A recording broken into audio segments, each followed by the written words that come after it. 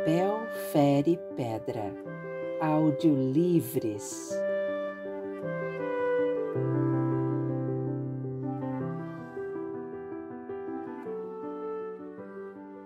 A Festa de Babette, escrito por Karen Blixen, traduzido por Cássio de Arantes Leite, publicado pela editora Cossack Naif. Capítulo 1. Duas Senhoras de Berlevåg. Na Noruega existe um fiord, um braço longo e estreito de mar entre montanhas altas, chamado Berlevåg. No sopé das montanhas, a cidadezinha de Berlevåg parece uma cidade de brinquedo, feita com pequenas peças de madeira pintadas de cinza, amarelo, rosa e muitas outras cores. Há 65 anos, duas senhoras idosas moravam em uma das casas amarelas. Outras mulheres dessa época usavam anquinhas, e as duas irmãs poderiam tê-las usado com tanta graça quanto qualquer uma delas, pois eram altas e esbeltas, mas jamais possuíram artigo algum da moda. Haviam se vestido com recato em cinza ou preto por toda a vida. Seus nomes de batismo eram Martine e Filipa, em homenagem a Martinho Lutero e seu amigo Philip Melanchthon. O pai delas fora deão e profeta, fundador de algum grupo ou seita eclesiástica devota, conhecida e respeitada em toda a Noruega. Seus membros renunciavam aos prazeres deste mundo, pois a terra e tudo o que continha para eles não constituíam senão um tipo de ilusão, e a verdadeira realidade era a nova Jerusalém a qual aspiravam. Jamais praguejavam. Sua comunicação se dava com sim, sim e não, não, e tratavam-se uns aos outros por irmão e irmã. O deão casara-se em idade provecta e por essa época havia muito já morrera. Os discípulos minguavam ano após ano, assim como a cor de seus cabelos, os próprios cabelos, a audição. Tornavam-se até mesmo um pouco chorosos e briguentos, de modo que pequenos cismas surgiam na congregação. Mas continuavam a se reunir para ler e interpretar a palavra. Todos haviam conhecido as filhas do deão desde garotinhas. Para eles, continuavam a ser duas irmãs pequenas, preciosas por causa do pai querido. Na casa amarela, sentiam que o espírito do mestre estava entre eles. Ali encontravam-se em casa e em paz. Essas duas senhoras tinham uma criada francesa, pau para toda a obra, Babette. Era uma coisa estranha para uma dupla de mulheres puritanas numa pequena cidade norueguesa. Ao que tudo indica, chegou-se até a exigir uma explicação. O povo de Berlevåg encontrou a explicação nos sentimentos piedosos e na bondade de coração das irmãs, pois as filhas do velho deão gastavam o tempo e os pequenos rendimentos em obras de caridade. Nenhuma criatura infeliz ou aflita batia à sua porta em vão. E Babette chegara àquela porta 12 anos antes como uma fugitiva sem amigos, quase enlouquecida de dor e medo. Mas o verdadeiro motivo para a presença de Babette na casa das duas irmãs estava para ser descoberto, buscando-se um pouco mais fundo no passado e nos domínios do coração humano. Capítulo 2. O namorado de Martine. Na juventude, Martine e Filipa haviam sido extraordinariamente belas, com a beleza quase sobrenatural das flores de árvores frutíferas ou das neves perpétuas. Nunca eram vistas nos bailes ou nas festas, mas as pessoas viravam a cabeça quando passavam na rua, e os rapazes de Berlevåg iam à igreja para vê-las caminhar pela nave lateral. A irmã mais jovem era ainda dona de uma voz adorável, que aos domingos enchia a igreja com sua graça. Para a congregação do deão, o amor terreno e o ato de desposá-lo constituíam assuntos triviais, em si mesmos nada, senão ilusão. Mesmo assim, É possível que mais de um dos velhos irmãos andasse cobiçando as jovens como rubis, e que tal o dessem a entender ao pai delas. Mas o deão declarara que para ele e sua vocação, as filhas eram sua mão direita e esquerda. Quem quereria privá-lo delas? E as formosas garotas haviam crescido sob o ideal do amor celeste. Dele estavam repletas e não se deixavam ser tocadas pelas chamas deste mundo. E mesmo assim perturbaram a paz de espírito de dois cavalheiros provenientes do vasto mundo fora de Berlevac. Havia um jovem oficial chamado Lawrence Lovenhelm, que desfrutara de uma vida de dissipações na cidade para onde fora destacado e contraíra dívidas. No ano de 1854, quando Martini tinha a idade de 18 e Filipa 17, um indignado pai obrigou-o a fazer uma visita mensal à tia em sua velha casa de campo em Fossum, perto de Berlevac, onde teria tempo de refletir e melhorar seus hábitos. Certo dia, cavalgou até a cidade e avistou Martini na praça do mercado. Do alto da montaria, fitou a linda moça, que devolveu o olhar ao belo cavaleiro. Depois que ela passou e desapareceu, ficou sem saber se devia acreditar nos próprios olhos. Na família Lovenhelm havia algo como uma lenda de que muito tempo antes um dos ancestrais desposara uma Huldre, um espírito das montanhas norueguesas, tão bela que o ar ao seu redor cintila e se agita. Desde então, de tempos em tempos, alguns membros da família tornaram-se clarividentes.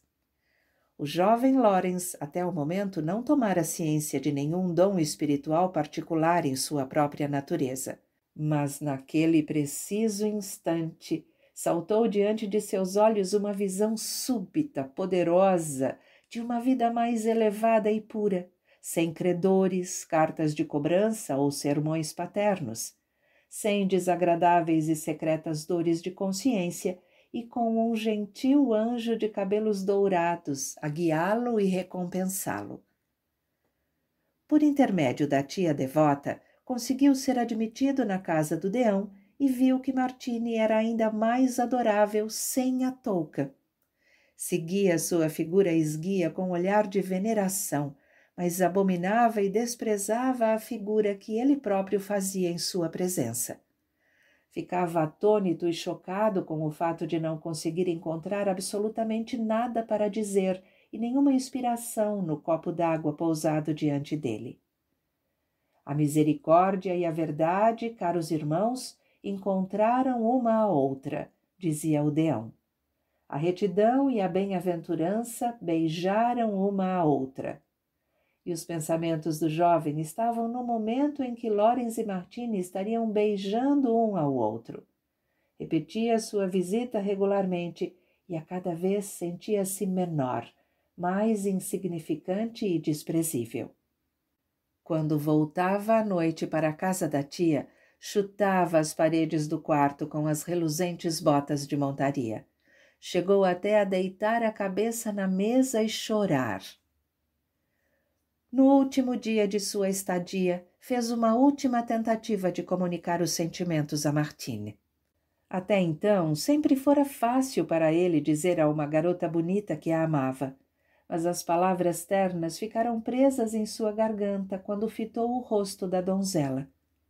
Após se despedir dos demais, Martini o acompanhou à porta com um castiçal na mão. A luz brilhou em seus lábios e projetou-lhe no rosto as sombras de seus longos cílios. Estava prestes a sair em mudo desespero quando ali, na soleira, subitamente agarrou sua mão e apertou-a contra os lábios. «Vou partir para sempre», gemeu. «Nunca, nunca mais a verei, pois aprendi aqui que o destino é severo e que neste mundo há coisas impossíveis».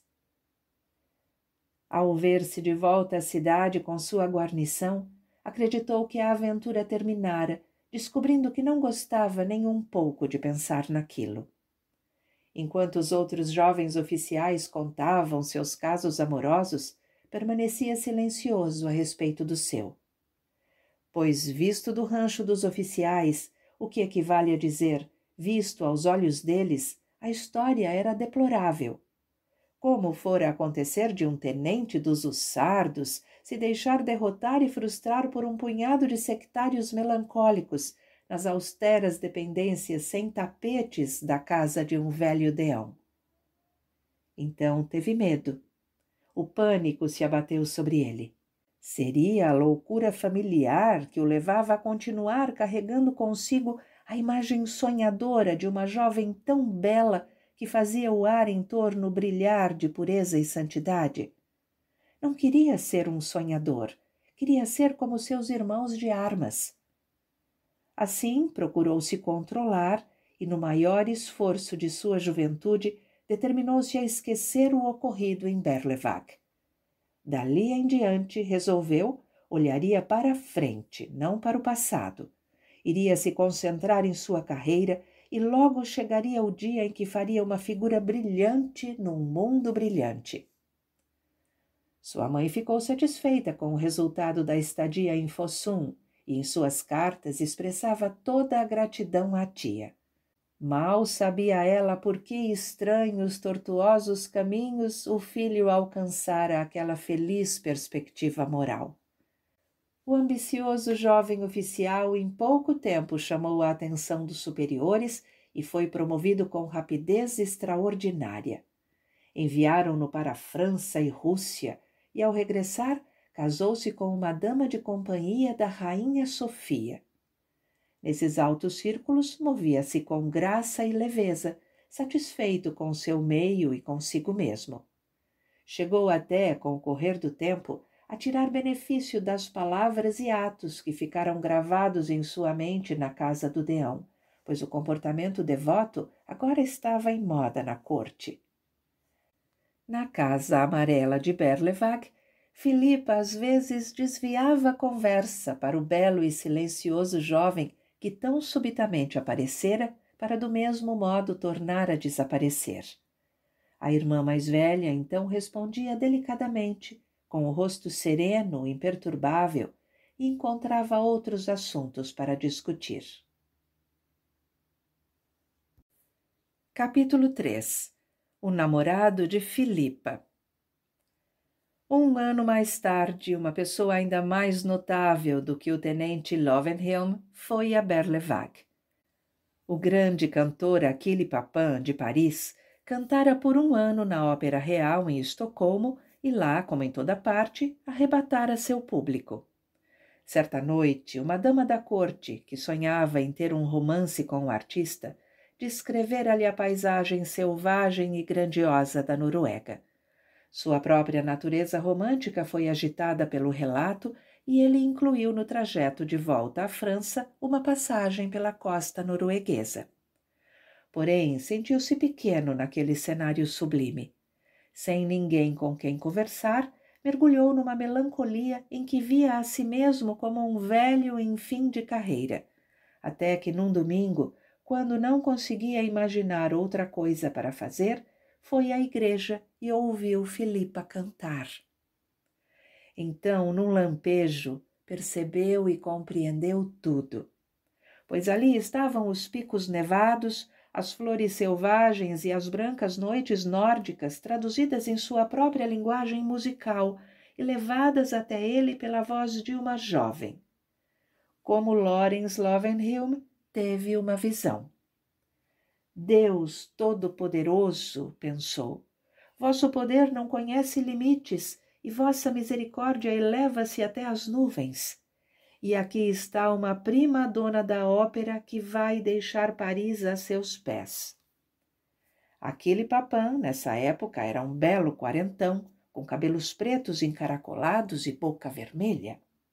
A idolatria de nações não o estragara. Era uma pessoa de bom coração e honesto consigo mesmo. Foi direto à Casa Amarela, deu seu nome, que para o deão não dizia nada, e explicou que passava uma estadia em Berlevag para cuidar da saúde e, enquanto isso, ficaria feliz em ter a jovem dama como sua pupila. Não mencionou a Ópera de Paris, mas descreveu minuciosamente como seria lindo o canto da senhorita Filipa na igreja para a glória do Senhor.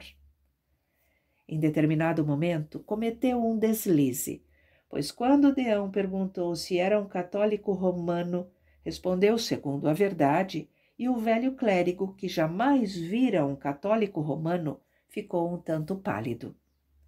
Mesmo assim, o Deão alegrou-se de poder exercitar o francês, que o lembrava seus dias de juventude, quando estudara as obras do grande escritor luterano francês Lefèvre d'Étaples. E como ninguém era capaz de fazer frente àquele Papin, quando de fato punha todo o seu empenho no assunto, no fim o pai acabou concordando e observou para a filha: os caminhos do Senhor correm pelo oceano e pelas montanhas nevadas, onde o olhar do homem não enxerga nenhum rastro. Assim, o grande cantor francês e a jovem aprendiz norueguesa puseram-se a trabalhar juntos. As expectativas de Achille tornaram-se numa certeza, e a certeza transformaram-se em êxtase. Pensava: errei em pensar que estava ficando velho. Meus maiores triunfos encontram-se diante de mim. O mundo vai voltar a acreditar em milagres quando cantarmos juntos. Após algum tempo, não conseguiu mais guardar seus sonhos para si mesmo e contou a Filipa sobre eles. Ela iria, disse, subir como uma estrela acima de qualquer diva do passado ou do presente. O imperador e a imperatriz, os príncipes, as nobres damas e bel esprit de Paris iriam ouvi-la e verter lágrimas. As pessoas comuns também iriam venerá-la e levaria consolo e força aos injustiçados e oprimidos. Quando deixasse a Grand Opéra de braços dados com o mestre, a multidão a tiraria do cavalo e a conduziria nos ombros ao café anglais, onde uma ceia magnífica a aguardava. Filipa não repetiu essas expectativas para seu pai ou sua irmã, e essa foi a primeira vez em sua vida que guardava um segredo deles. O professor agora dava à pupila o papel de Zerlina na ópera Don Giovanni de Mozart para estudar. Ele próprio, como tantas vezes antes, cantaria o papel de Don Giovanni. Jamais em sua vida cantara como agora. No dueto do segundo ato, chamado o dueto da sedução, flutuava de emoção com a música celestial e as vozes celestiais. Quando a última nota comovente agonizou, agarrou as mãos de Filipa, puxou-a para junto de si e beijou-a solenemente, como um noivo beijaria a noiva diante do altar. Então a soltou, pois o momento era sublime demais para quaisquer outros gestos ou palavras. Mozart em pessoa olhava os dois lá do alto. Filipa foi para casa, disse ao pai que não queria mais saber de aulas de canto e pediu-lhe para escrever e dizer tal coisa a Monsieur Papin. O Deão disse: e os caminhos do Senhor correm pelos rios, minha criança. Quando Achille recebeu a carta do Deão, sentou-se imóvel por uma hora.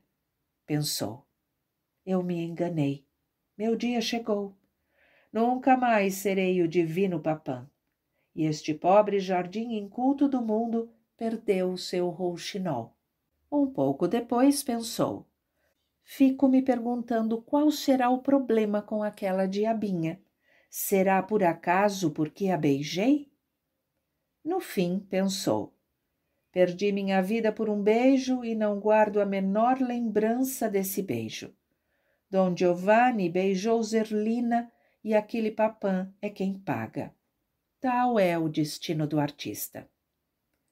Na casa do Deão, Martini pressentia que a questão era mais profunda do que parecia e perscrutava o rosto da irmã. Por um momento, com um ligeiro tremor, também imaginou que o cavalheiro católico romano talvez houvesse tentado beijar Filipa.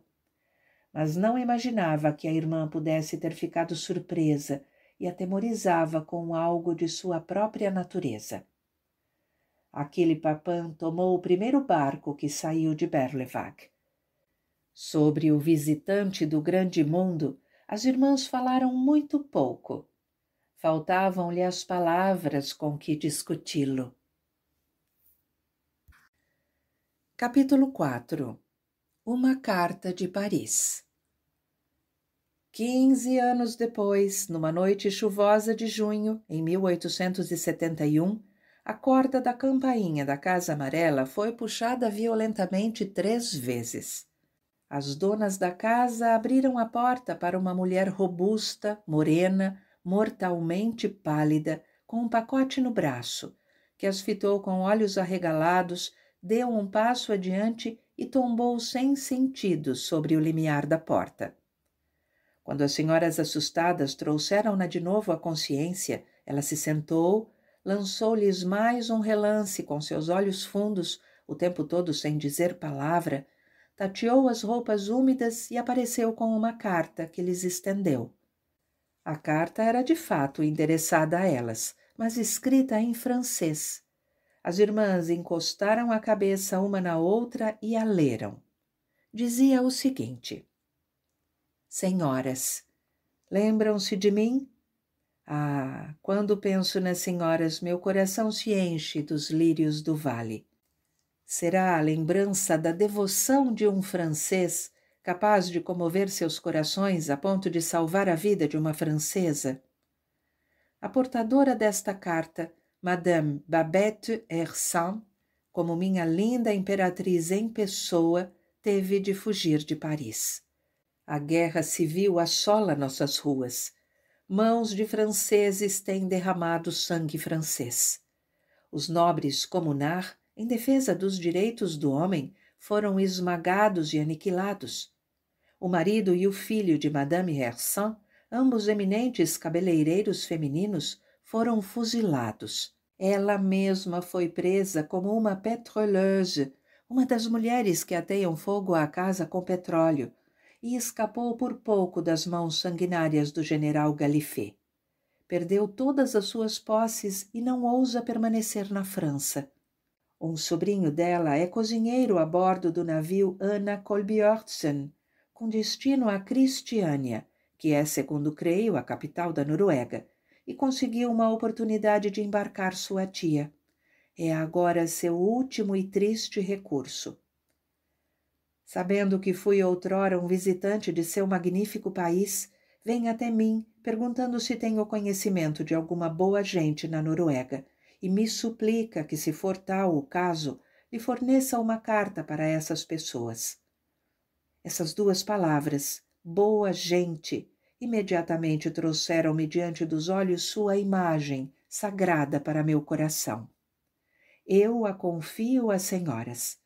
Como fará chegar de Cristiane a Berlevac, não tenho ideia, tendo esquecido o mapa da Noruega. Mas é uma francesa e descobrirão que, mesmo em sua miséria, ainda encontra desembaraço, grandeza e estoicismo. Invejo-a em seu desespero. Ela se verá diante de seus rostos. Quando a receberem misericordiosamente, enviem um pensamento misericordioso para mim na França. Por 15 anos, senhorita Filipa, lamentei que sua voz não houvesse enchido a Grand Opéra de Paris. Quando esta noite penso na senhora, sem dúvida cercada por uma família feliz e amorosa, e em mim, velho, solitário, esquecido pelos que outrora me aplaudiram e adoraram, sinto que deve ter escolhido a melhor parte da vida. O que é a fama? O que é a glória? O túmulo nos aguarda a todos.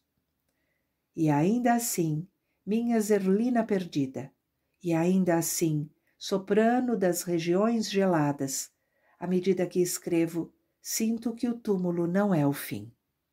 No paraíso, ouvirei sua voz novamente. Lá a senhora cantará sem medos ou escrúpulos, como Deus quis que cantasse. Lá será a grande artista que Deus planejou. Ah, como encantará os anjos. Babete sabe cozinhar. Dignem-se receber, minhas senhoras, a humilde homenagem do amigo de outrora, Achille Papin. No pé da página, a título de PS, iam desenhados com capricho os 2 primeiros compassos do dueto entre Dom Giovanni e Zerlina.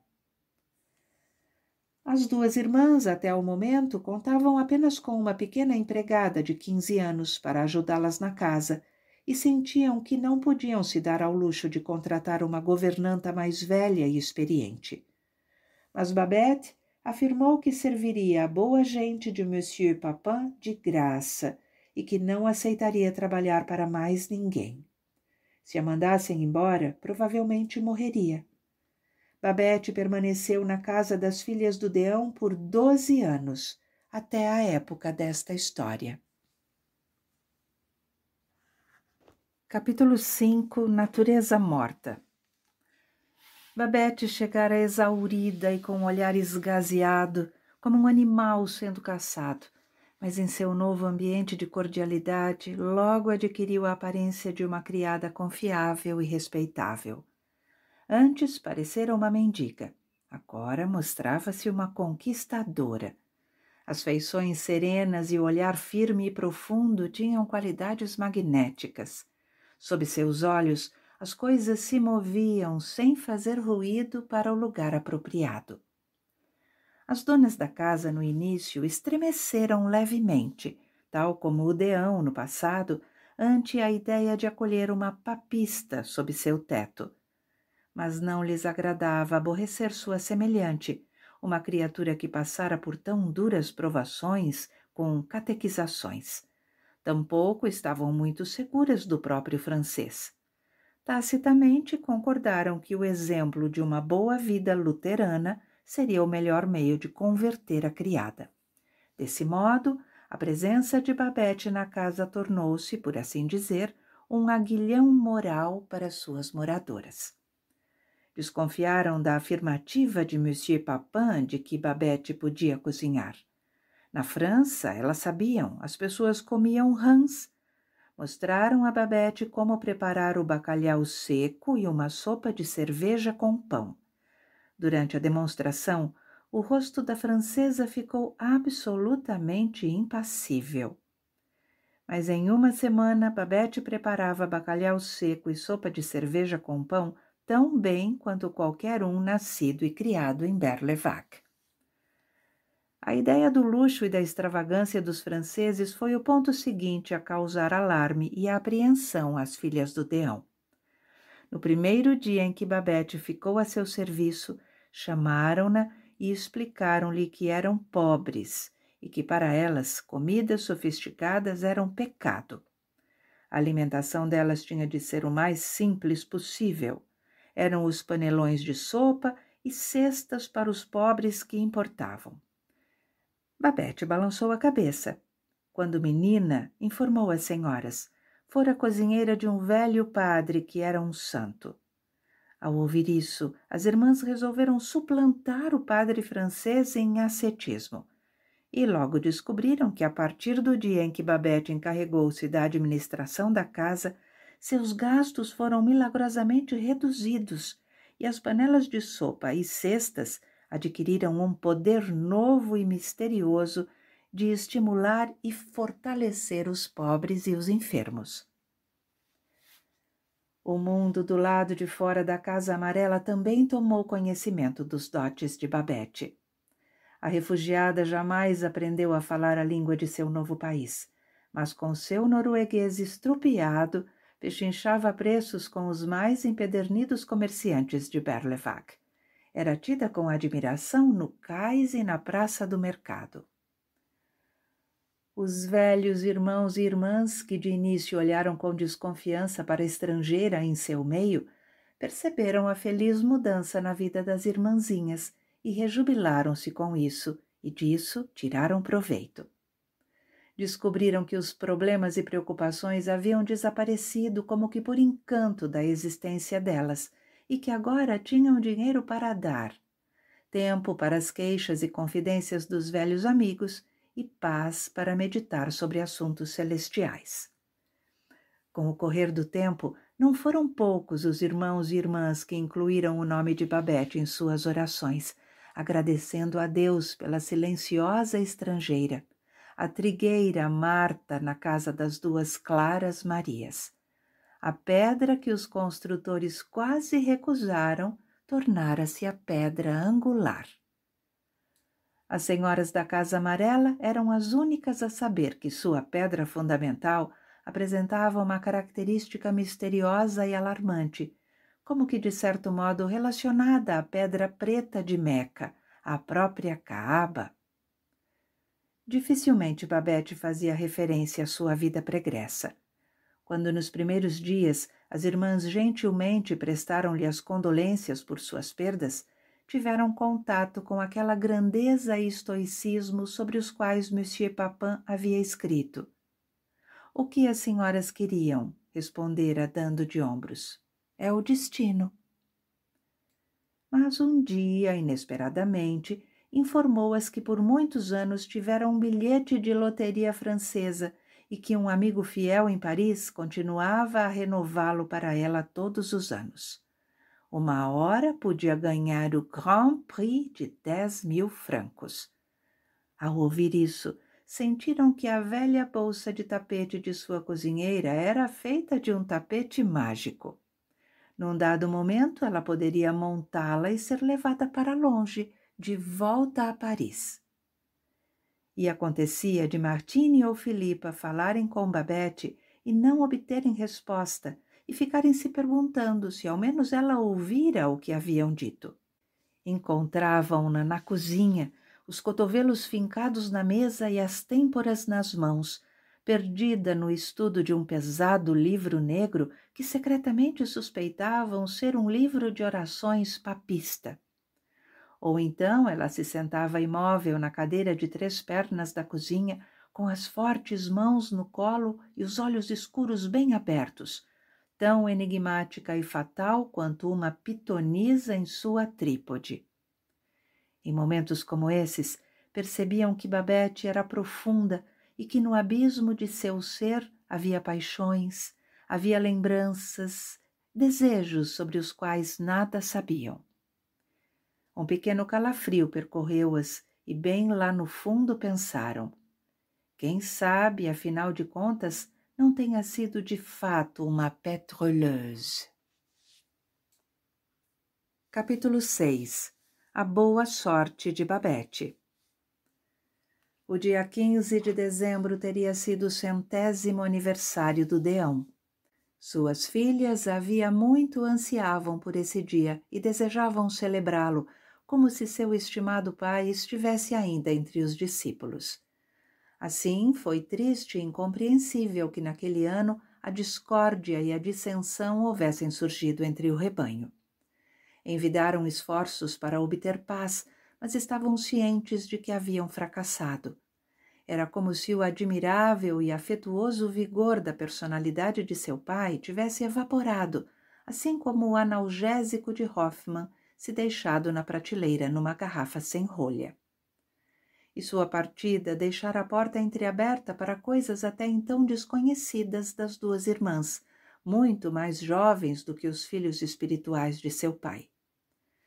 De um passado meio século distante, quando as ovelhas sem pastor haviam se extraviado pelas montanhas, hóspedes sinistros nos calcanhares dos devotos aproveitaram a brecha para penetrar sem serem convidados e lançaram sobre os pequenos cômodos frio e escuridão.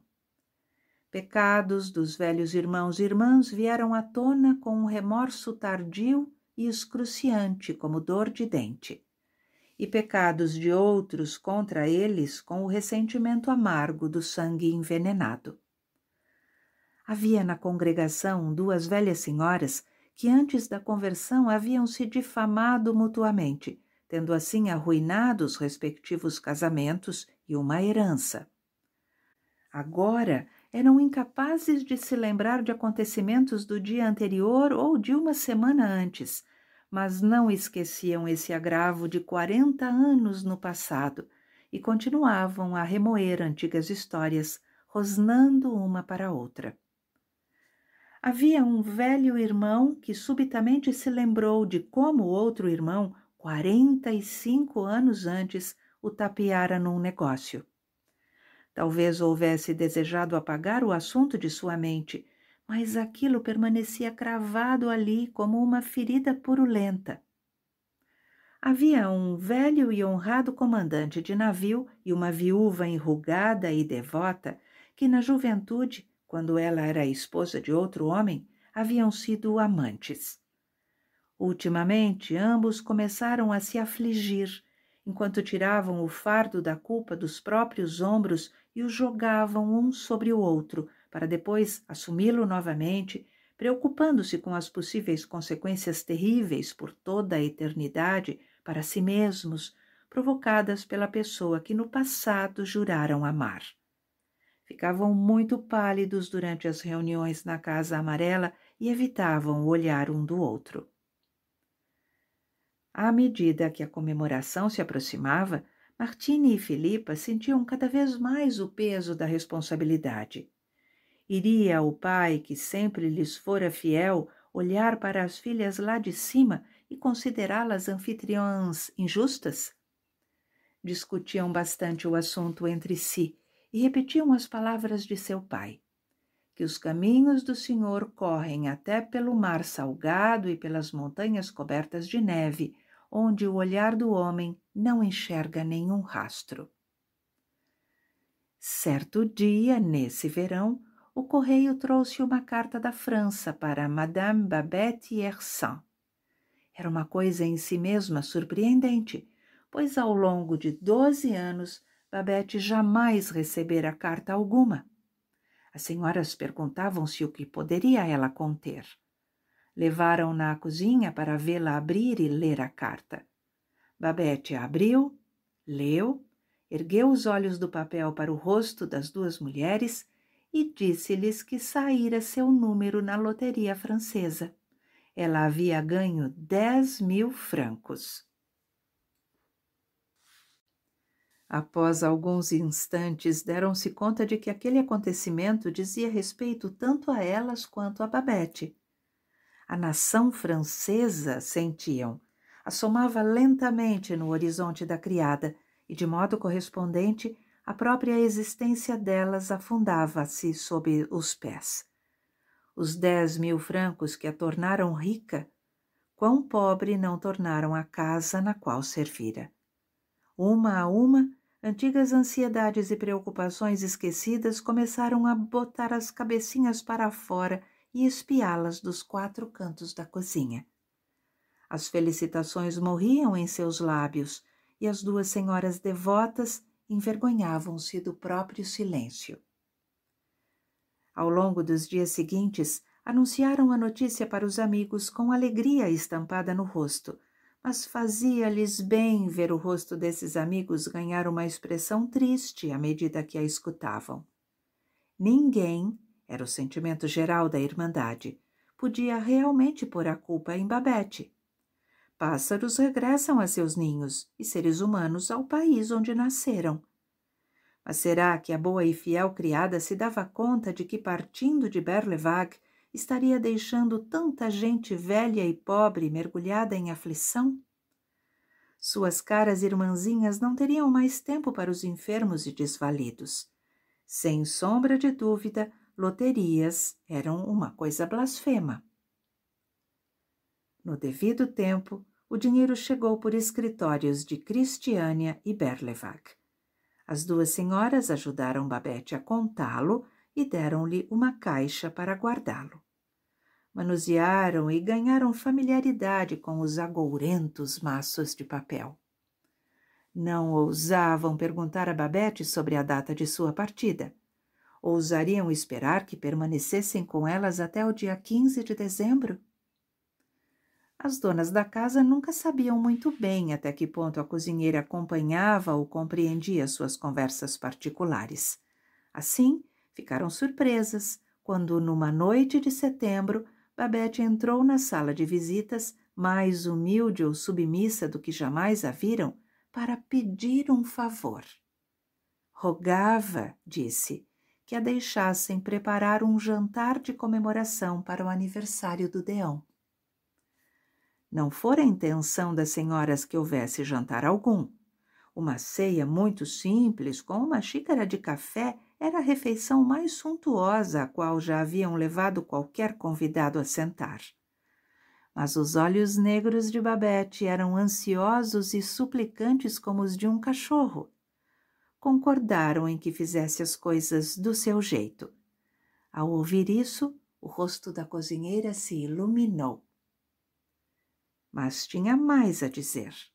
Queria, disse, fazer um jantar francês, um autêntico jantar francês, dessa única vez. Martine e Filipa olharam uma para a outra. Não gostaram da ideia. Pressentiam que não sabiam o que aquilo poderia implicar. Mas a própria estranheza do pedido as desarmou. Não tiveram argumentos com que fazer frente à proposta de preparar um autêntico jantar francês. Babette soltou um profundo suspiro de felicidade, mas continuou imóvel. Tinha ainda uma prece a fazer. Rogava às donas da casa que lhe permitissem pagar o jantar francês com o próprio dinheiro. Não, Babette, exclamaram as senhoras. Como podia imaginar uma coisa dessas? Acreditava ela que lhe permitiriam gastar seu precioso dinheiro com comida e bebida ou com elas? Não, Babette, de jeito nenhum. Babette deu um passo à frente. Havia algo de formidável nesse movimento, como uma onda se avolumando. Teria ela arremetido dessa forma em 1871 para fincar uma bandeira vermelha numa barricada? Falou, em seu esquisito norueguês, com a clássica eloquência francesa. Sua voz era como uma canção. Senhoras, alguma vez nesses 12 anos pedira algum favor? Não. E por que não? As senhoras que elevam suas preces todos os dias conseguem imaginar o que significa para um coração humano não ter prece alguma a fazer? Para o que Babette oraria? Nada. Esta noite tinha uma prece a fazer do fundo de seu coração. Não sentem esta noite, minhas senhoras, ser sua incumbência condescender-lhes com a mesma alegria com que o bom Deus tem condescendido a elas?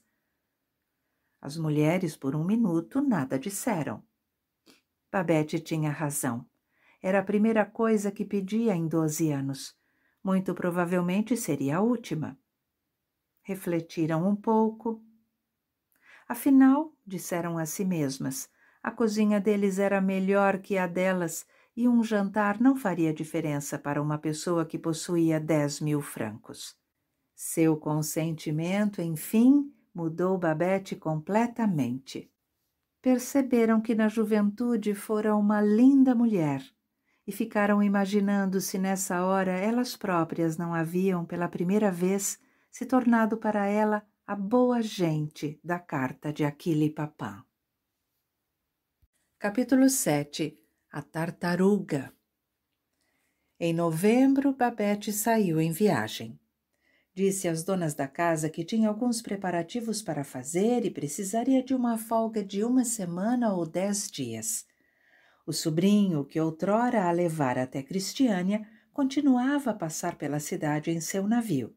Tinha de vê-lo e conversar alguns assuntos com ele. Babette era péssima marinheira.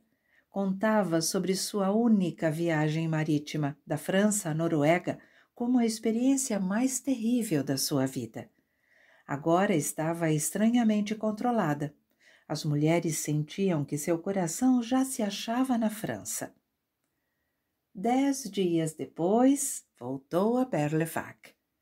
Conseguira fazer os arranjos conforme desejara? Perguntaram as duas. Sim, respondeu. Havia se encontrado com o sobrinho e lhe passado uma lista de artigos para trazer da França. Para Martine e Filipa, aquilo era uma declaração obscura, mas não queriam se afligir em falar da sua partida, de modo que não fizeram mais perguntas. Babette ficou um pouco nervosa ao longo das semanas seguintes, mas certo dia, em dezembro, anunciou triunfante às patroas que os artigos haviam chegado em Cristiânia. De lá foram baldeados e nesse exato dia tinham chegado a Berlevac. E acrescentou: havia combinado com o velho senhor com um carrinho de mão para transportá-los do porto até a casa. Mas que artigos, Babette? Perguntaram as senhoras. Ora, madames, replicou Babette, os ingredientes do jantar de aniversário. Louvado seja Deus, chegaram todos em bom estado de Paris. A essa altura, Babette, como o gênio engarrafado do conto de fadas, inchara e crescera numa dimensão tal que as donas da casa sentiram-se pequenas diante dela. Viam agora o jantar francês vindo em sua direção, uma coisa de natureza e alcance incontroláveis. Mas jamais em suas vidas haviam quebrado uma promessa. Entregaram-se às mãos de sua cozinheira. Mesmo assim, quando Martine viu um carrinho de mão abarrotado de garrafas entrando pela cozinha, ficou paralisada. Tocou-as e ergueu uma delas. — O que é isto na garrafa, Babette? Perguntou em voz baixa. — Seria vinho? — Vinho, madame, retrucou Babette. — Não, madame, é um Clos Vougeot, 1846. Após um minuto, acrescentou: de Philippe, na rue Montorgueil. Martine jamais suspeitara que vinhos pudessem ter nome, então ficou em silêncio. Mas, para o final da tarde, abriu a porta ao ouvir o sino da campainha e novamente viu-se diante do carrinho de mão, dessa vez com um pequeno marujo ruivo atrás dele, como se o velho houvesse a essa altura ficado exausto. O jovem sorriu para ela conforme erguia um objeto grande, indefinível, do carrinho. A luz do lampião parecia um tipo de pedra verde escura, mas ao ser pousada no chão da cozinha, subitamente pôs para fora uma cabeça em forma de serpente e moveu-se ligeiramente de um lado a outro. Martine já vira desenhos de tartarugas e chegara até a possuir uma tartaruga de estimação quando criança. Mas aquela coisa era de um tamanho monstruoso, terrível de se olhar. Retrocedeu da cozinha sem emitir uma palavra. Não ousava contar à irmã o que vira. Passou a noite praticamente insone. Pensava no pai e sentia que justo na noite de seu aniversário ela e a irmã cediam sua casa para um sabá de bruxas. Quando, enfim, pegou no sono, teve um sonho terrível, em que via Babette envenenando os velhos irmãos e irmãs, Filipa e ela própria. Bem cedo de manhã ela se levantou, vestiu sua capa cinza e saiu para a rua escura. Caminhou de casa em casa. Abriu o coração para os irmãos e irmãs e confessou sua culpa. Ela e Filipa, disse, não tiveram má intenção. Haviam condescendido com uma prece de sua criada e não previram o que poderia advir daquilo.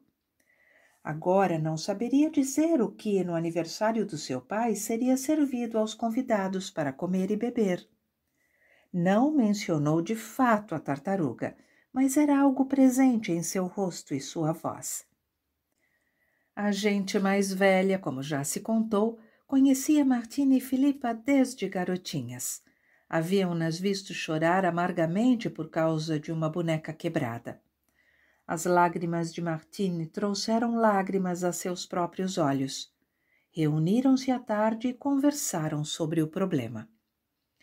Antes de se separar outra vez, prometeram uns aos outros que, em nome de suas irmãzinhas, iriam, no grande dia, manter silêncio quanto a qualquer tipo de comida ou bebida. Nada que pudesse ser posto diante deles, fossem rãs ou lesmas, arrancaria uma palavra de seus lábios. Mesmo assim, disse um irmão de barbas brancas. A língua é um pequeno membro e jacta-se de grandes coisas. Não nasceu homem capaz de domá-la. É um demônio rebelde, cheio de veneno mortífero. No dia de nosso mestre, limparemos nossas línguas de todo paladar e a purificaremos de todo prazer ou aversão dos sentidos, resguardando-as e preservando-as para coisas mais elevadas de louvor e ação de graças. Tão poucas coisas já haviam acontecido na tranquila existência da Irmandade de Berlevac que se sentiram nesse momento profundamente comovidos e elevados. Apertaram as mãos sobre sua promessa solene e foi como se o estivessem fazendo diante do rosto do Mestre. Capítulo 8. O hino. No domingo de manhã começou a nevar. Os alvos flocos caíam rápidos e espessos. As pequenas vidraças da casa amarela ficaram forradas de neve. Mais cedo nesse dia, um cavalariço vindo de Fossum trouxe um bilhete às duas irmãs. A velha senhora Lovenhelm ainda residia em sua casa de campo. Estava agora com 90 anos de idade e surda como uma porta e perdera todo o sentido do olfato ou do paladar. Mas fora uma das primeiras seguidoras do Deão e nem sua enfermidade, nem a viagem de trenó impediam-na de honrar sua memória. Agora, escrevia o sobrinho, general Lawrence Lovenhelm, aparecera inesperadamente para uma visita. Falara com profunda veneração do Deão e a mulher rogava permissão para levá-lo junto. Faria-lhe bem, pois o caro rapaz parecia um pouco deprimido. Martini e Filipa, ao ler aquilo, lembraram-se do jovem oficial e de suas visitas. Era um alívio para sua ansiedade presente falar a respeito dos velhos dias felizes. Escreveram de volta para dizer que o general Lovenhelm seria bem-vindo. Também chamaram Babette para informá-la que agora seriam 12 para o jantar. Acrescentaram que o último convidado vivera em Paris por vários anos. Babette pareceu feliz com a notícia e assegurou-lhes que a comida seria suficiente. As anfitriãs fizeram seus pequenos preparativos na sala de visitas. Não ousavam pôr o pé na cozinha, pois Babette arranjara misteriosamente um ajudante de um navio do porto. O mesmo rapaz, percebeu Martine, que trouxera a tartaruga, para auxiliá-la na cozinha e servir a mesa, de modo que agora a mulher morena e o rapaz ruivo, como uma bruxa com seu demônio familiar, haviam tomado posse daquelas paragens. As duas senhoras não saberiam dizer que chamas queimavam ou que caldeirões borbulhavam ali desde antes do amanhecer. Toalhas e guardanapos e jogos de pratos haviam sido magicamente passados pela calandra, uns polidos, outros. Trouxeram-se copos e garrafas para servir licores, só Babette sabia de onde. A casa do Deão não possuía 12 cadeiras na sala de jantar. Então, o comprido sofá de crina de cavalo fora trazido da sala de estar, que sempre escassamente mobiliada, agora parecia estranhamente grande e desguarnecida sem ele. Martini e Filipa fizeram o melhor possível para embelezar os domínios deixados a elas.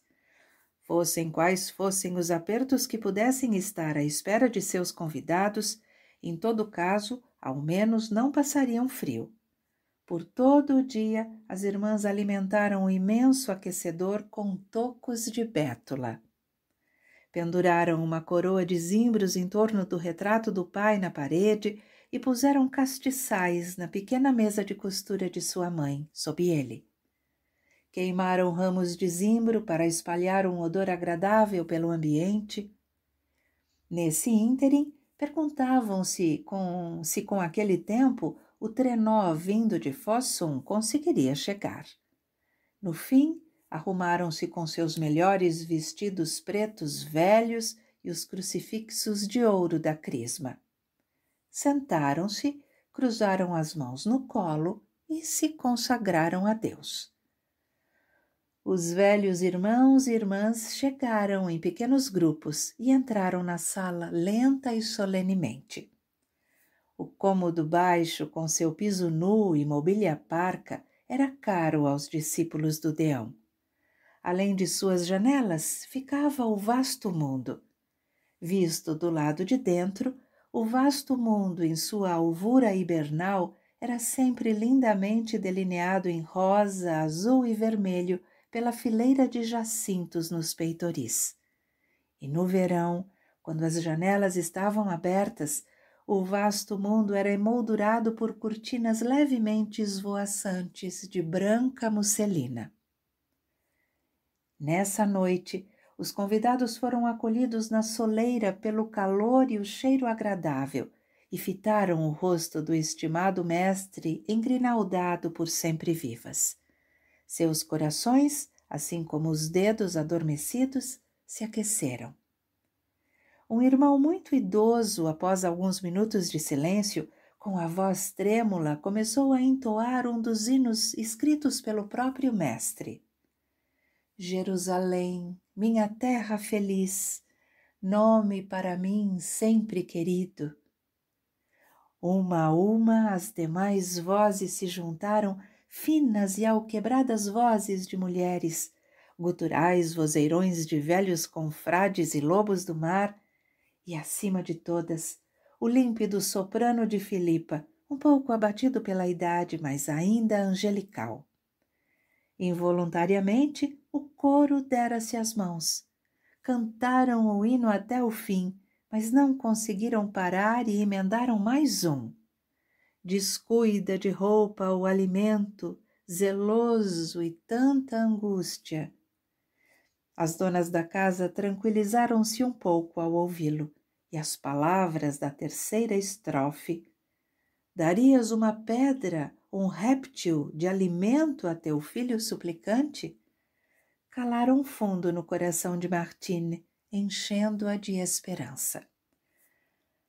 Na metade desse hino, sinos de trenó foram ouvidos do lado de fora.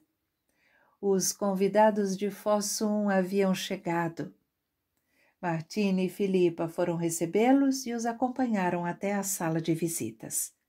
A senhora Lovenheim, com a idade, ficara um tanto miúda, com o rosto pálido como pergaminho e bastante impassível.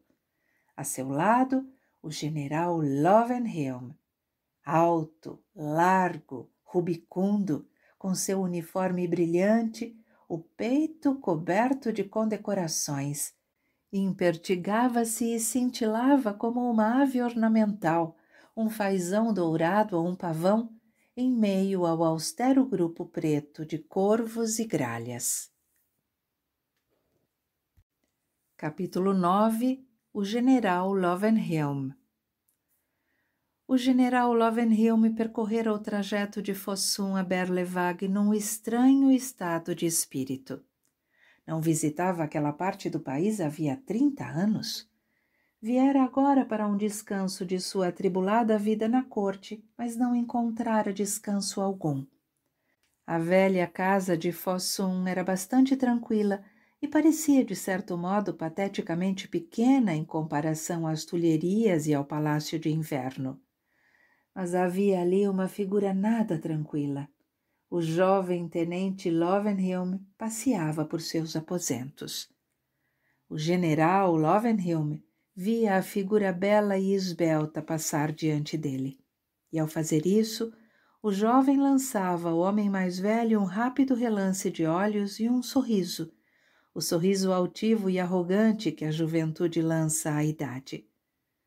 O general poderia ter sorrido de volta, gentil e um pouco triste, como a idade sorri para a juventude. Não fosse o fato de que não estava com a menor disposição para sorrisos. Estava, como a tia escrevera, deprimido. O general Lovenheim conseguira tudo o que almejara na vida e era admirado e invejado por todos. Somente ele tinha conhecimento de um fato esquisito que trazia inquietação à sua própria existência, o de que não era perfeitamente feliz. Alguma coisa estava errada em algum lugar e ele cuidadosamente apalpava o próprio eu espiritual aqui e ali, assim como alguém aperta com o dedo para determinar o local de um espinho profundamente encravado, invisível. Gozava de grande favor junto à realeza, saíra-se bem em sua vocação, tinha amigos por toda parte. O espinho não estava em nenhum desses lugares. Sua esposa era uma mulher inteligente e ainda bonita. Talvez negligenciasse um pouco a casa em prol das visitas e festas. Trocava de criados de 3 em 3 meses e as refeições do general na casa careciam de pontualidade. O general, que tinha a boa comida em alta conta na vida, sentia por isso uma certa amargura contra a mulher e secretamente a culpava pela dispepsia de que às vezes sofria. Ainda assim, o espinho não estava aí tampouco.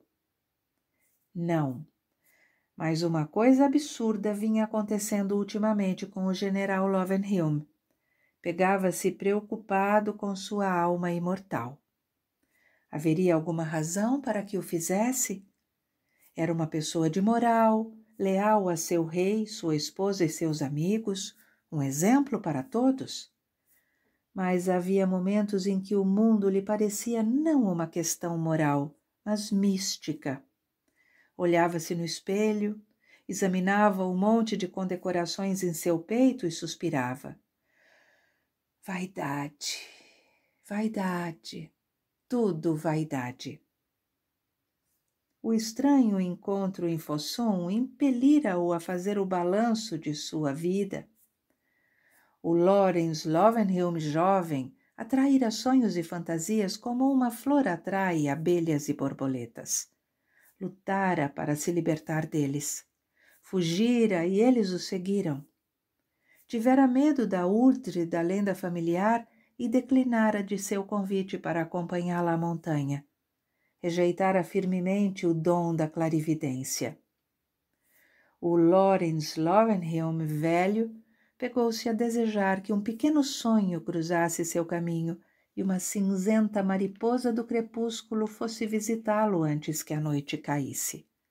Pegou-se desejando a faculdade da clarividência, assim como um cego almeja a faculdade normal da visão.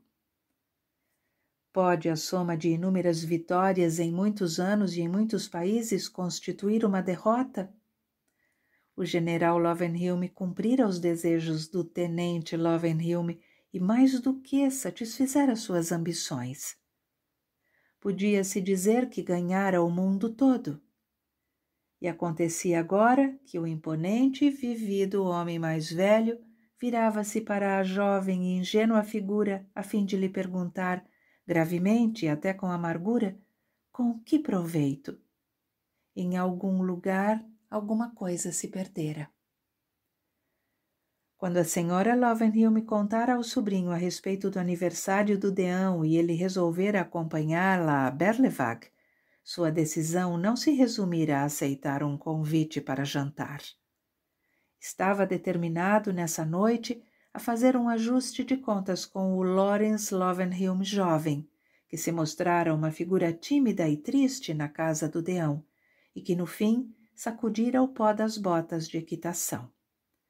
Deixaria o jovem lhe provar de uma vez por todas que 31 anos antes tomara a escolha acertada.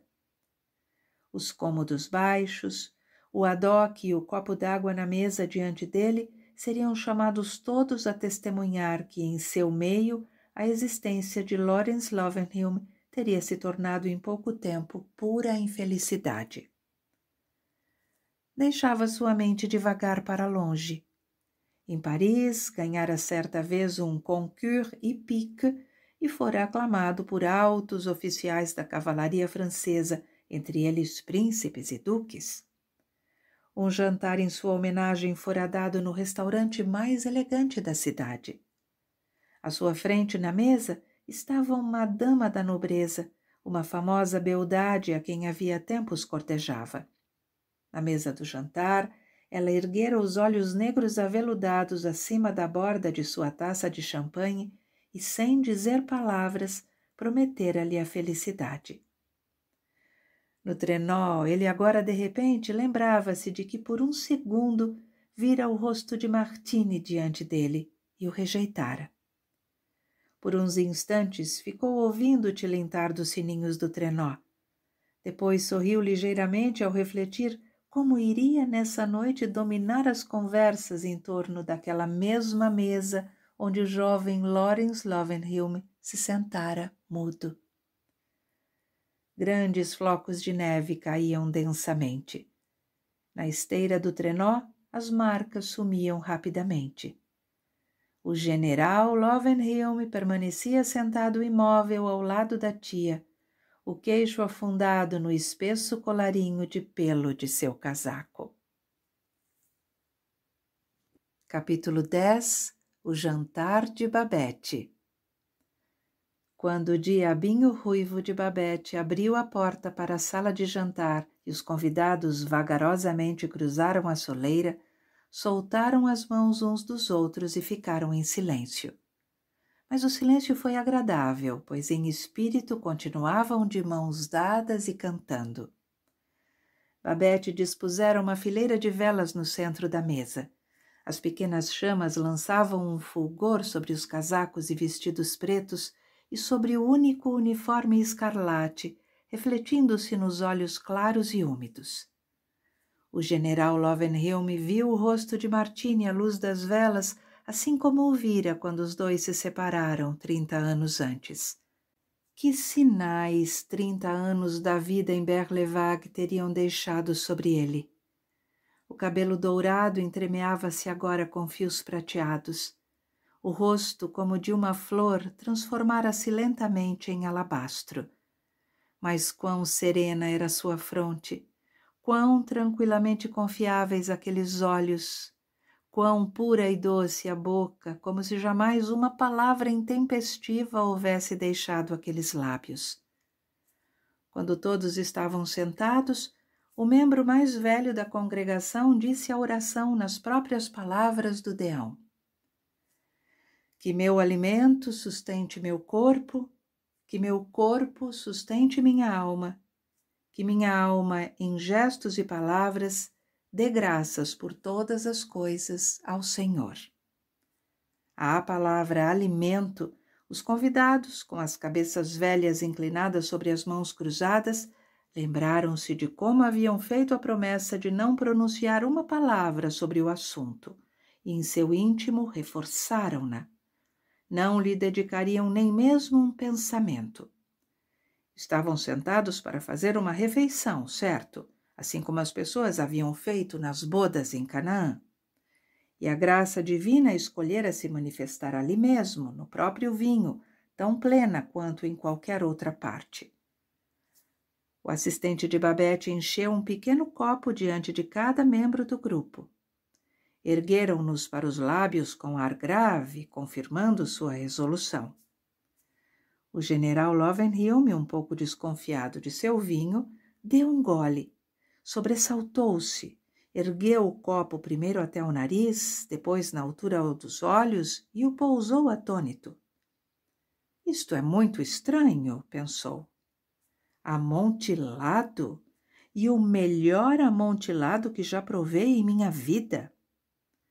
Após um momento, a fim de testar seus sentidos, tomou uma colherada de sopa, depois uma segunda colherada e baixou a colher. Isto é incrivelmente estranho, disse para si, pois sem dúvida estou tomando sopa de tartaruga. E que sopa de tartaruga! Foi presa de um tipo de pânico e esvaziou o copo. Geralmente em Berlevague as pessoas não falam muito quando estão comendo. Mas de algum modo nessa noite as línguas se soltaram.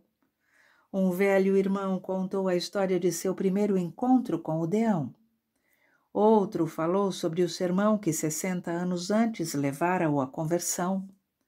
Uma senhora idosa, aquela a quem Martini primeiro confiara sua preocupação, lembrou às amigas como, em todas as aflições, qualquer irmão ou irmã estava pronto para compartilhar o fardo alheio. O general Lovenheim, que deveria dominar a conversa à mesa do jantar, relatou que a coleção de sermões do deão era o livro favorito da rainha. Mas quando um novo prato foi servido, ficou em silêncio. Incrível, disse para si mesmo. É blinis Demidov. Olhou em torno para os comensais.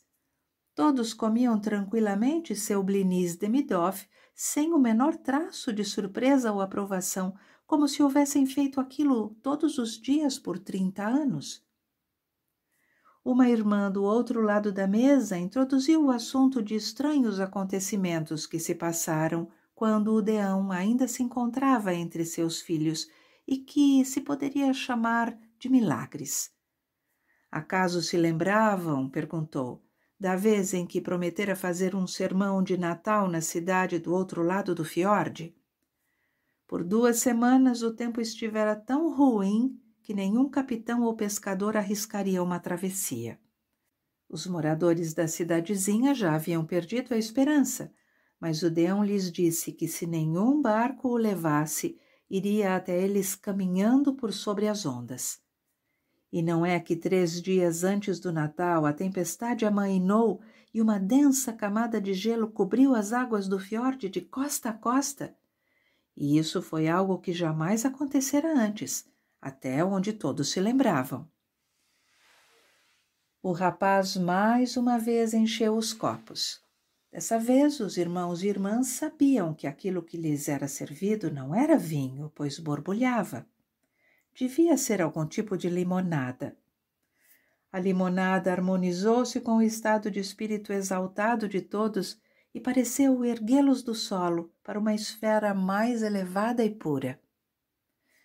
O general Lovenheim mais uma vez baixou o copo, virou-se para o vizinho da direita e disse: Mas, sem dúvida, trata-se de um Veuve Clicquot 1860, não? O homem lançou-lhe um olhar benévolo, sorriu e fez uma observação sobre o tempo. O ajudante de Babette tinha suas instruções. Enchia os copos da Irmandade apenas uma vez, mas voltava a encher o copo do general assim que esvaziava. O general o esvaziava rapidamente, vez após outra. Afinal, como deve se portar um homem de bom senso quando não pode confiar em seus sentidos? Melhor ficar bêbado do que louco. Na maioria das vezes, os moradores de Berlevag, no transcorrer de uma boa refeição, sentiam-se um pouco pesados. Nessa noite não foi assim. Os convivas sentiam-se cada vez mais leves e de espírito mais leve quanto mais comiam e bebiam. Já não precisavam mais lembrar-se de sua promessa. Era, percebiam, quando o homem não só esquecia completamente, como também rejeitava firmemente toda a ideia de alimento e bebida que ele comia e bebia no espírito certo. O general Lovenheim parou de mastigar e ficou imóvel. Mais uma vez viu-se levado de volta àquele jantar em Paris, do qual se lembrara no trenó. Um prato incrivelmente refinado e saboroso fora servido na ocasião. Ele perguntara o nome para um colega ao lado, o coronel Gallifet, e o coronel explicou-lhe sorridente que se chamava Caille en Sarcophage. Posteriormente, contou-lhe que o prato fora criado pelo chefe daquele mesmo café onde jantavam, uma pessoa conhecida por toda Paris como o maior gênio culinário da época, e o mais surpreendente, uma mulher. E, de fato, disse o coronel Gallifet, essa mulher está transformando um jantar no café anglais numa espécie de envolvimento amoroso. Num envolvimento amoroso daquela categoria nobre e romântica na qual a pessoa não mais distingue entre apetite ou saciedade corporal e espiritual. Já tive oportunidade, certa feita, de duelar em nome de uma bela dama. Por nenhuma mulher em toda Paris, meu jovem amigo, eu derramaria meu sangue de mais boa vontade. O general Lovenheim virou-se para o comensal à esquerda e disse: Mas isto é caio en sarcophage. O vizinho, que estivera escutando a descrição de um milagre, fitou-o distraidamente, balançou a cabeça e respondeu: Sim, sim, de certo. O que mais poderia ser? Dos milagres do mestre, a conversa em torno da mesa enveredara para os milagres menores de bondade e obsequiosidade realizadas pelas suas filhas. O velho irmão, que entoara o hino primeiro, citou o deão dizendo: As únicas coisas que devemos levar conosco desta vida terrena são as que doamos. Os convivas sorriram. Que ricaças não seriam as pobres e simples donzelas no próximo mundo? O general Lovenheim não se espantava mais com nada. Quando poucos minutos depois viu uvas, pêssegos e figos frescos diante de si, riu para o comensal do outro lado da mesa e observou: Que uvas lindas! O vizinho replicou. E chegaram ao vale de Escol. Lá cortaram um ramo de videira com um cacho de uvas que levaram sobre uma vara. Então o general sentiu que era hora de fazer um discurso. Ficou de pé e aprumou-se todo. Ninguém mais à mesa do jantar se levantara para falar. A gente velha ergueu os olhos para o rosto lá no alto com uma expectativa grande e feliz. Estavam acostumados a ver marinheiros e vagabundos caindo de bêbados com o grosseiro gin da terra, mas não reconheciam num guerreiro e cortesão a intoxicação provocada pelo vinho mais nobre do mundo. Capítulo 11. O discurso do general Lovenheim. A misericórdia e a verdade, meus amigos, encontraram uma a outra, disse o general. A retidão e a bem-aventurança devem beijar uma a outra. Falava com uma voz límpida que fora exercitada em campos de treinamento militar e ecoara agradavelmente em salões da realeza.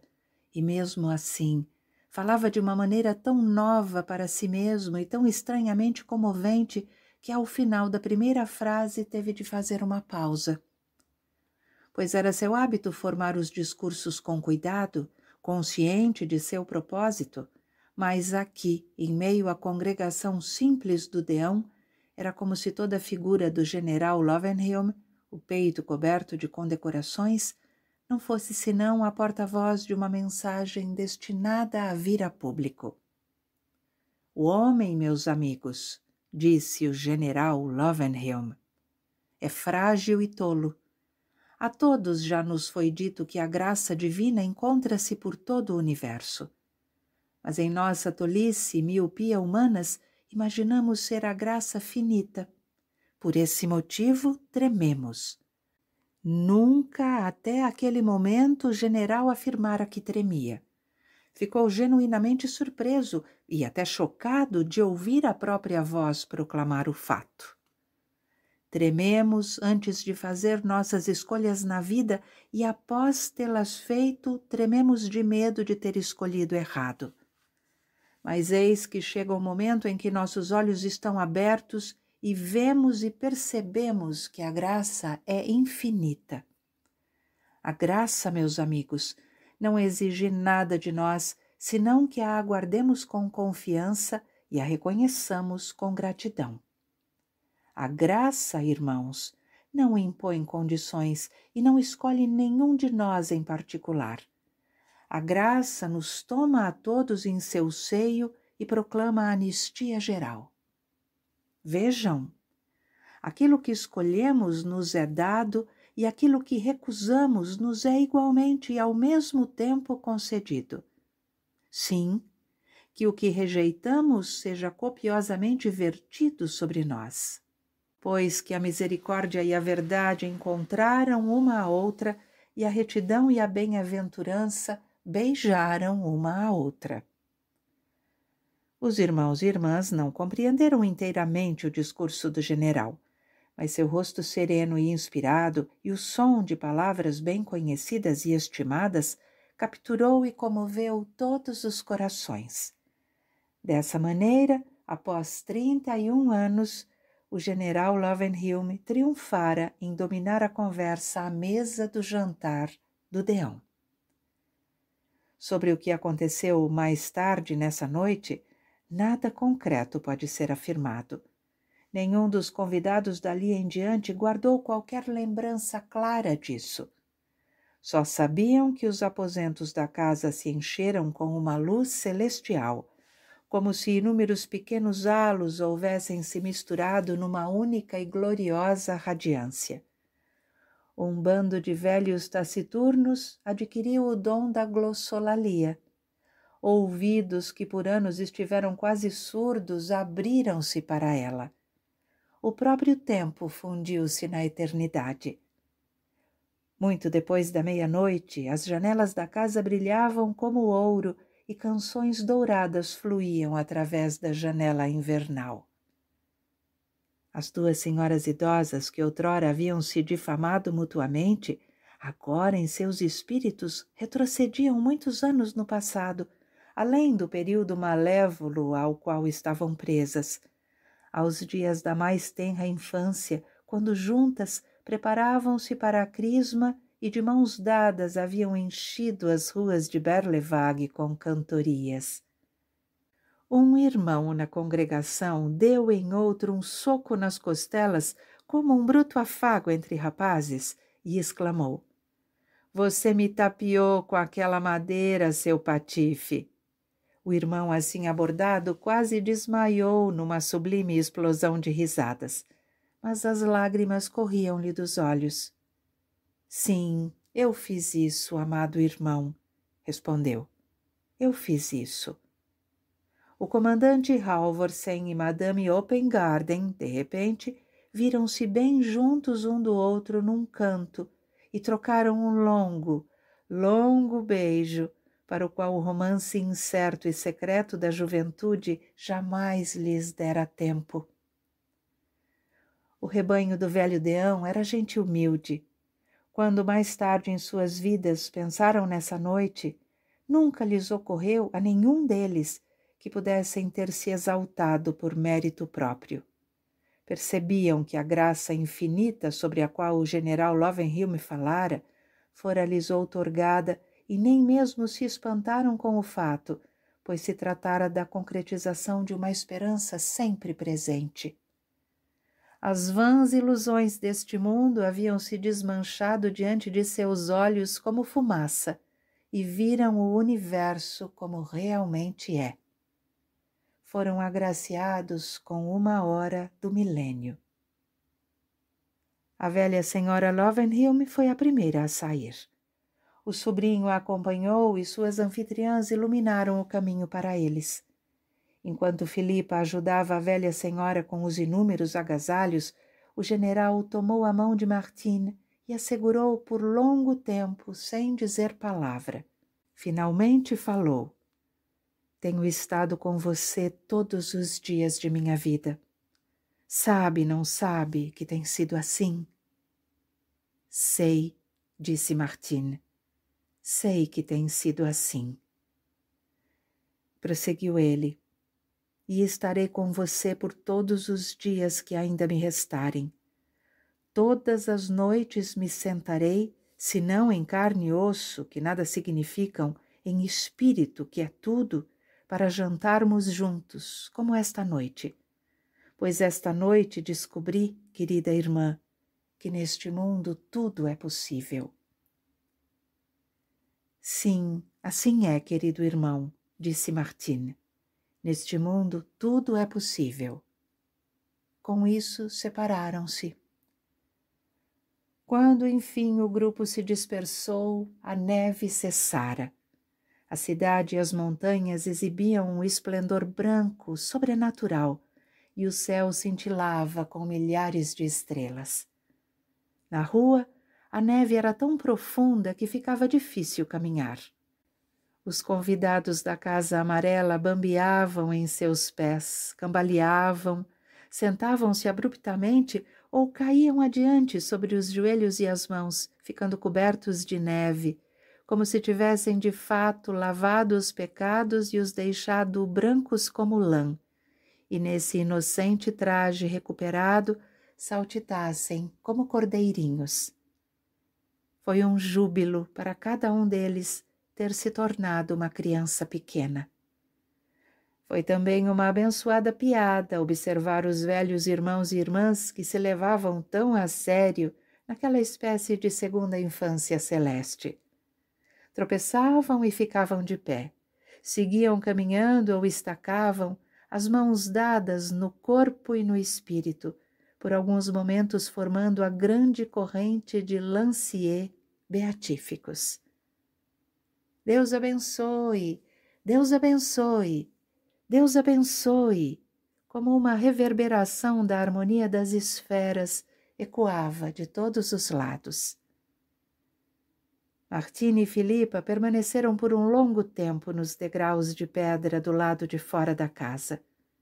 Não sentiam frio. As estrelas estão mais próximas, disse Filipa. E vão ficar todas as noites, disse Martini calmamente. É bem possível que não neve nunca mais. Nisso, contudo, estava enganada. 1 hora mais tarde começou a nevar outra vez, e foi uma nevasca forte como jamais se vira em Berlevac. Na manhã seguinte, as pessoas mal conseguiram abrir as portas de tão altos que estavam os montes de neve. As janelas das casas tinham uma camada tão espessa, como se contou por anos a fio depois disso, que muitos pacatos cidadãos do lugar não perceberam o alvorecer e continuaram a dormir até bem tarde nesse dia. Capítulo 12. A grande artista. Quando Martini e Filipa trancaram a porta, lembraram-se de Babette. Uma pequena onda de ternura e compaixão as percorreu. Só Babette não compartilhara nem um pouco do êxtase daquela noite. Assim foram até a cozinha e Martini disse para Babette: "Foi um jantar muito bom, Babette." Seus corações subitamente enchiam-se de gratidão. Perceberam que nenhum dos convidados dissera uma única palavra sobre a comida. Na verdade, por mais que tentassem, eles mesmos não conseguiriam se lembrar de nenhum dos pratos que foram servidos. Martini recordou-se da tartaruga. Não era o que pareceu então, e agora lhe parecia muito vago e distante. Era bem possível que tudo não passasse de um pesadelo. Babette estava sentada no cepo de cortar, cercada por mais panelas escuras e engorduradas do que as donas da casa já haviam visto em toda a vida. Estava tão pálida e morta de cansaço quanto na noite em que apareceu pela primeira vez, desmaiando na soleira da porta. Após um longo tempo, fitou-as diretamente e disse: "Eu fui cozinheira no café Anglais." Martini disse outra vez: "Todos acharam o jantar muito bom." E quando Babette não disse uma palavra, acrescentou: "Vamos nos lembrar desta noite quando você tiver ido embora para Paris, Babette." Babette disse: "Não vou para Paris." "Não vai voltar para Paris?" exclamou Martini. "Não," disse Babette. "O que vou fazer em Paris? Todo mundo se foi? Perdi todos eles, madames." Os pensamentos das irmãs dirigiram-se a Monsieur Hersan e seu filho e disseram: "Ai, pobre Babette." "É, todo mundo se foi," disse Babette. "O duque de Morny, o duque de Decazes, o príncipe Narinskine, o general Gallifet, Aurélien Scholl, Paul Daru, a princesa Pauline, todos eles." Os estranhos nomes e títulos de pessoas perdidas para Babette confundiram ligeiramente as duas senhoras, mas havia uma tal perspectiva infinita de tragédia no anúncio que, em seu estado de espírito receptivo, sentiram as perdas como se fossem pessoais e seus olhos encheram-se de lágrimas. No fim de outro longo silêncio, Babette de repente soltou um leve sorriso e disse: "E como eu iria voltar a Paris, madames? Estou sem dinheiro." "Sem dinheiro?" exclamaram as irmãs como se fossem uma só. "Isso", disse Babette. "Mas e os 10.000 francos?" perguntaram as irmãs ofegantes de horror. "Os 10.000 francos foram gastos, madames", disse Babette. As irmãs se sentaram. Por um minuto ficaram sem fala. "Mas 10.000 francos?" sussurrou lentamente Martine. "O que queriam, madames?" disse Babette com grande dignidade. "Um jantar para 12 no café anglais custaria 10.000 francos." As senhoras continuavam sem uma palavra para dizer. A novidade era-lhes incompreensível, mas já então muitas coisas nessa noite, de uma forma ou de outra, estavam além da compreensão. Martine lembrou-se da história contada por um amigo de seu pai, que fora missionário na África. O homem salvara a vida da esposa favorita de um velho chefe, e para mostrar sua gratidão, o chefe lhe ofereceu uma lauta refeição. Somente muito depois é que o missionário ficou sabendo, por seu próprio serviçal negro, que aquilo que comera era um gordo netinho do chefe, preparado em honra do grande curandeiro cristão. Sentiu um calafrio. Mas o coração de Filipa se desmanchava em seu peito. Parecia-lhe que uma noite inesquecível estava destinada a terminar como uma prova inesquecível de lealdade e autossacrifício de um ser humano. "Querida Babette", disse delicadamente, "não deveria ter gasto tudo o que tinha por nossa causa." Babette lançou um olhar penetrante à sua patroa, um olhar estranho. Não haveria compaixão, até mesmo desdém, no fundo dele? "Por sua causa?" retrucou. "Não, foi por minha causa." Ergueu-se do toco e ficou de pé diante das duas irmãs. "Sou uma grande artista", disse. Esperou um minuto e então repetiu: "Sou uma grande artista, madames." Mais uma vez, por um longo tempo, houve silêncio na cozinha. Depois Martine disse: "Então vai ser pobre o resto da vida, Babette." "Pobre?" disse Babette. Sorriu para si mesma ao ouvir isso. "Não, nunca vou ser pobre. Já lhes disse que sou uma grande artista. Uma grande artista, madames, nunca é pobre. Temos algo, madames, a respeito do qual as outras pessoas não fazem a menor ideia." Embora as duas senhoras idosas não encontrassem mais nada que dizer, no coração de Filipa vibraram cordas profundas, esquecidas, pois outrora ouvira falar, muito tempo antes, do café anglais. Outrora ouvira falar, muito tempo antes, dos nomes da trágica lista de Babette. Levantou-se e deu um passo na direção da criada. "Mas todas essas pessoas que mencionou, esses príncipes e gente importante de Paris, cujos nomes disse Babette, você mesma lutou contra eles. Você foi uma communarde. O general que mencionou mandou matar seu filho e seu marido. Como pode sofrer por eles?" Os olhos negros de Babette fitaram os de Filipa. "Sim", disse ela, "eu fui uma communarde. Graças a Deus, eu fui uma communarde. E as pessoas que mencionei, madames, eram más e cruéis. Deixaram o povo de Paris passar fome, levaram opressão e injustiça aos pobres. Graças a Deus, eu fiquei numa barricada. Descarreguei minha arma por meus concidadãos. Mas mesmo assim, madames, Não voltarei a Paris, agora que as pessoas de quem falei já não estão mais por lá. Ficou imóvel, perdida em pensamentos. Vejam, madames, disse finalmente. Essas pessoas me pertenciam, eram minhas. Foram criadas e educadas a um custo tão elevado que as senhoras, minhas queridas, jamais poderiam imaginar ou acreditar para compreender a grande artista que sou. Eu era capaz de torná-los felizes. Quando dava o melhor de mim, era capaz de torná-los perfeitamente felizes. Fez uma pausa. Foi assim também com Monsieur Papin, disse. Com Monsieur Papin? Perguntou Filipa. Sim, com seu Monsieur Papin, minha pobre senhora, disse Babette. Ele mesmo me contou. É terrível e insuportável para um artista ser encorajado a fazer, ser aplaudido por fazer quase o melhor, disse.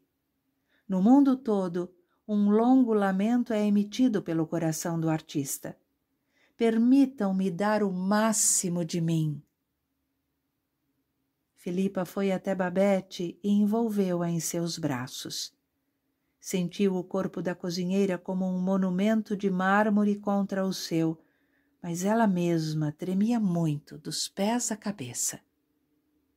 Por alguns instantes não conseguiu falar nada. Então sussurrou. Contudo, sinto que não é o fim. Sinto, Babette, que isto não é o fim. No paraíso, será a grande artista que Deus planejou. Ah, acrescentou, lágrimas escorrendo-lhe pelo rosto. Ah, como encantará os anjos!